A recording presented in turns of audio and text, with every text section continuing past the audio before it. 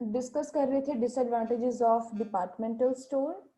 First one यहाँ पे लिखा हुआ है लैक ऑफ पर्सनल कांटेक्ट, कि आप लोगों का डिपार्टमेंटल स्टोर में पर्सनल कांटेक्ट नहीं रहता।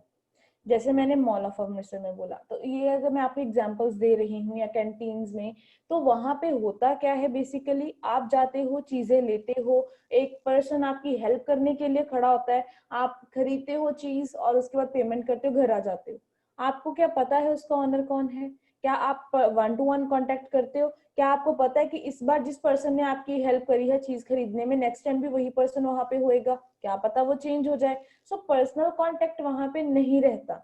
The owner of the departmental store lose the personal contact with the consumers. तो उसका कोई भी इस तरीके का कांटेक्ट नहीं होता, वो उनसे बातचीत नहीं करता। जैसे कि हमारे घर के आसपास कोई ग्रोसरी स्टोर है, जनरल स्टोर है, हम वहां पे जाते हैं तो उसको पता है कि ये पर्सन इधर रहता है, ये पर्सन हमेशा मेरे से चीज खरीदता है। तो क्या आप लोगों का अगर आप जाते हो, जैसे मैंने एग्जांपल दी है, आप लोगों का कैंटीन वगैरह में उनको पता होता है पर्सनल कांटेक्ट है आप लोगों का? नहीं है। ठीक है, सो ये सबसे बड़ा उनका डिसएडवांटेज है कि वो हमेशा कभी अपने कस्टमर पक्के नहीं बना पाते, उनका कोई भी कांटेक्ट उनके साथ नहीं रहता। नेक्स्ट वन यहाँ पे आता है हाई ओवरहेड एक्सपेंसेस, कि जो ओवरहेड एक्सपेंसेस हैं वो बहुत ज्यादा होते हैं। ओवरहेड एक्सपेंसेस ज्यादा होने का मतलब क्या है, कि जो खर्चा होता है पर यूनिट खर्चा वो ज्यादा आता है। हमने वहां पे एक एडवांटेज पढ़ा था कि जब बल्क पे चीजें खरीदते वो सस्ती पड़ती हैं। अब यहाँ पे कह रहे हैं कि ये महंगी भी होती हैं या खर्चा हमारा ज्यादा होता है, लाइटनिंग का खर्चा करना, जो सेल एग्जीक्यूटिव काम कर रहे हैं उनका खर्चा, या और बहुत सारे खर्चे होते हैं आप लोगों के। So the departmental store provide too many facilities to the consumers which increase the cost of marketing. ठीक है, सो कहते हैं अल्टीमेटली बेचने का खर्चा, अब उन्होंने एड भी तो देनी है। तुम्हें क्या लगता है कि उनके पास इतना पैसा है कि वो फ्री में एड दे रहे हैं तुम्हारे बिहाफ के ऊपर, या वो फ्री में तुम लोगों को इतनी सर्विसेज प्रोवाइड कर रहे हैं, ठीक है, रिक्रिएशन फैसिलिटीज प्रोवाइड कर रहे हैं? नहीं, अल्टीमेटली खर्चा उन्होंने आपसे ही रिकवर करना है। So in case of inadequate sales, अगर कहते हैं मान लो कि उन्होंने इतना खर्चा किया और उनकी सेल्स प्रॉपर नहीं हुई, the per unit price of the product would increase, तो फिर उनका जो खर्चा है ना वो बढ़ जाता है, वो प्राइस जो है वो इंक्रीज कर देते हैं।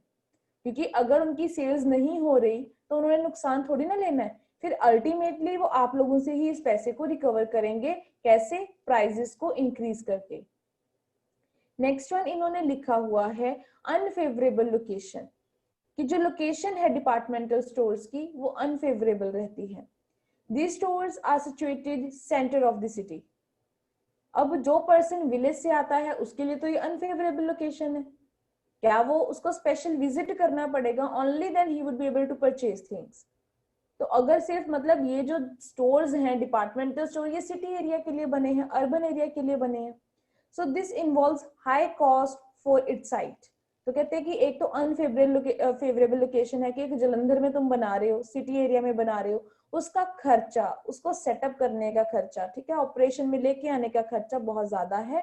मोर ओवर, जो भी मैंने रूरल एरिया की बात करी है, कि जो पर्सन डिस्टेंट प्लेसेस के ऊपर रहते हैं, दूर एरियाज में रहते हैं, उनके लिए स्टोर को विजिट करना भी मुश्किल है। एक तो उन्होंने पहले एग्जांपल दी कि अगर आप सिटी एरिया में रह रहे हो आपको पूरी मेंटेन करके रखनी पड़ेगी शॉप, उसका खर्चा। फिर उसके बाद कस्टमर्स दूर से आएंगे, उनके लिए ये लोकेशन जो है वो प्रॉपर नहीं होएगी, वो नहीं विजिट कर पाएंगे रेगुलर बेसिस के ऊपर। नेक्स्ट वन लिखा है उन्होंने स्टॉक क्लियरेंस सेल। बहुत बार देखा है, दिवाली के आसपास देखा है, सर्दियों के बाद देखा है, गर्मियों में देखा है, कि ये हमेशा एक स्टॉक क्लियरेंस सेल लगाते हैं।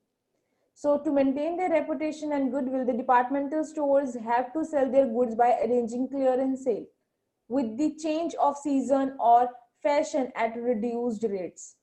बात कर दी उन्होंने, सीजन चेंज हो रहा है या कोई फैशन जो भी आपके पास गुड्स पड़ी थी वो आउटडेट हो चुकी हैं, लोग अब पसंद नहीं करते वैसी चीजें खरीदना, तो तुम्हें रिड्यूस्ड प्राइस के ऊपर, सेल प्राइस के ऊपर डिस्काउंट दे दे के वो चीजों को बेचना पड़ेगा। सो ये क्या होता है? क्लियरेंस सेल होता है, क्योंकि तुम्हें अपनी रेपुटेशन और गुडविल मेंटेन करके रखनी है ना। So thus the loss of clearance sale is compensated with increasing the price of offered product.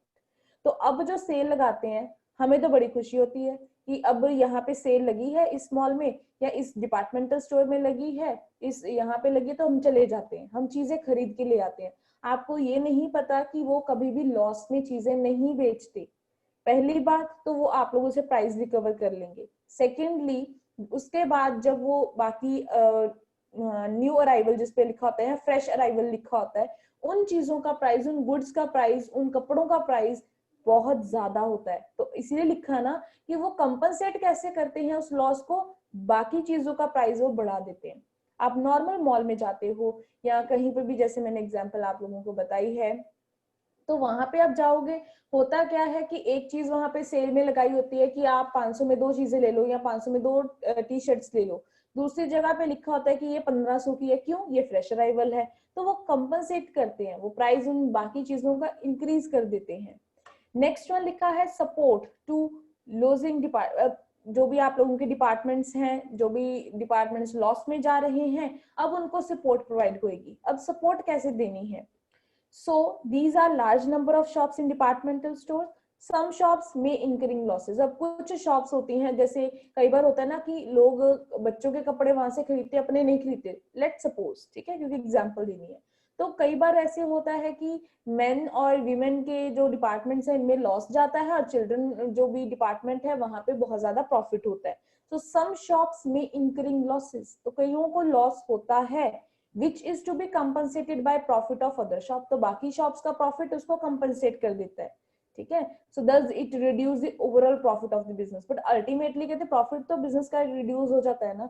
अगर एक जो भी डिपार्टमेंटल स्टोर में 10 शॉप्स हैं, 10 डिपार्टमेंट्स बने हैं, अब उनमें से 5 को फायदा हो रहा है, 5 को नुकसान हो रहा है, अल्टीमेटली प्रॉफिट तो मेरा कम ही आ रहा है। अगर 10 के 10 डिपार्टमेंट्स हैं, सबको प्रॉफिट हो, तो मेरा कहाँ के कहाँ मतलब प्रॉफिट चला जाएगा ना, प्राइस कितना ज्यादा वो मतलब मुझे कितना फायदा होएगा। बट यहाँ पे क्या कहते हैं, अगर आप लोगों का कोई डिपार्टमेंट चलता है, कई डिपार्टमेंट्स नहीं चलते, क्योंकि यूजुअली हम लोग जो इलेक्ट्रॉनिक्स की चीजें हैं वो शॉप से लेना पसंद करते हैं। फॉर एग्जाम्पल मोबाइल लेना है आप लोगों ने, फोन लेना है, तो आप अपने घर के आसपास या जो अच्छे मोबाइल हाउस है वहां से चीजें लोगे। आप स्पेशल मॉल में या डिपार्टमेंटल स्टोर्स में नहीं जाते इन चीजों को लेने के लिए।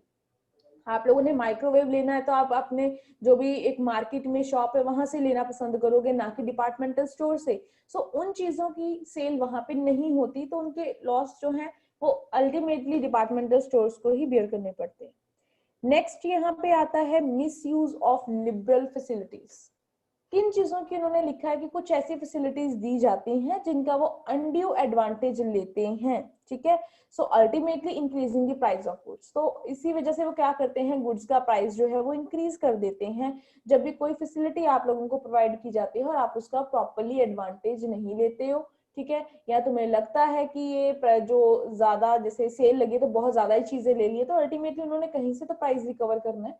सो वो उनके पास एक ही ऑप्शन रहता है अपना प्रॉफिट कमाने के लिए, वो हमेशा चीजों के प्राइस बढ़ा देते हैं। Difficulty in employing the train staff, तो पहले इन्होंने लिखा था कि यहाँ पे एफिशिएंट स्टाफ होता है एडवांटेजेस में, पर आगे इन्होंने डिसएडवांटेज भी लिख दिया कि हर टाइम के ऊपर आप लोगों को एफिशिएंट स्टाफ अवेलेबल नहीं हो सकता।